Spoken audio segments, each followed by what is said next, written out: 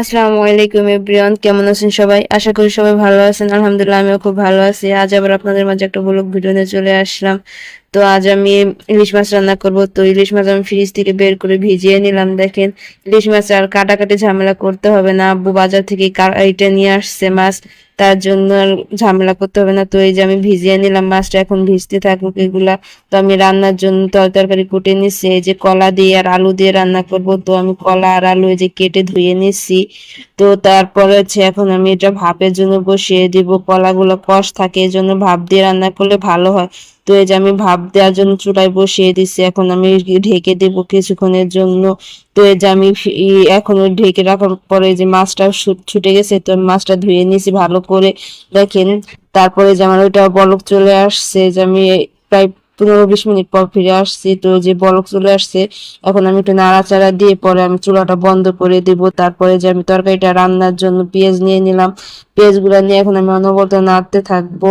তো পেঁয়াজ গুলো ভালো করে ভেজে নিতে হবে। তো তরকারির মশলা যতটা ভাজা হয় ততটা মজা হয়। তো এই যে দেখেন আমার পেঁয়াজটা প্রায় ভাজা হয়ে আসছে। তো এই পর্যায়ে এখন আমি ময় মশলাগুলো দিয়ে দিব। তো এই যে আমি একটু মরিচ বাটা দিয়ে নিলাম, তারপরে যে লবণ দিয়ে নিলাম, হলুদ দিয়ে নিলাম, গুঁড়া মরিচ দিয়ে নিলাম। এখন বাকি মশলাগুলো দিয়ে ভালো করে নাড়াচাড়া দিয়ে নিব। তো নাড়াচাড়া দেওয়ার পর এখন আমি কষানোর জন্য একটু পানি দিয়ে নিব, মশলাটা ভালো করে যাতে কষানো হয় এই জন্য।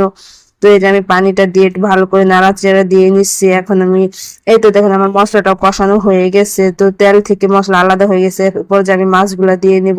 আজকে মাছগুলা কষাই রান্না করবো, ইলিশ মাছ কষাই রান্না করলে মজা হয়। তার জন্য এই যে কষাই নিলাম আমি। কষানোর পর এখন এই যে আমি পানি দিয়ে দিব মাছটা সিদ্ধ হওয়ার জন্য। তো এখন এটা সিদ্ধ হবে।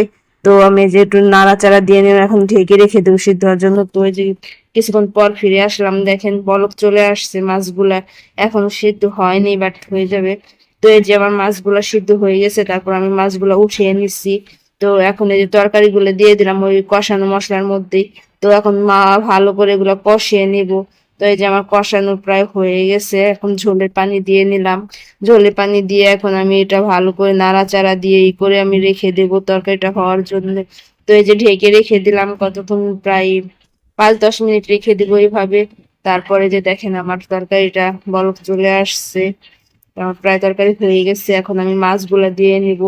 মাছগুলা দেওয়ার পরে নাড়াচাড়া দিয়ে রেখে দেবো। তো আমার তরকারি প্রায় রান্নার শেষ পর্যায়ে হয়ে আসছে তরকারি। আমি নামিয়ে নিব। দেখেন তরকারিটা আসলে অনেক মজা হচ্ছিল। তো দেখেন কালারটাও কত সুন্দর আসছে, তাই না? তরকারি যত হবে তত তরকারি মজা হয়। তো আজকের ভিডিওটা এই পর্যন্ত। সবাই ভালো থাকবেন। আল্লাহ হাফেজ।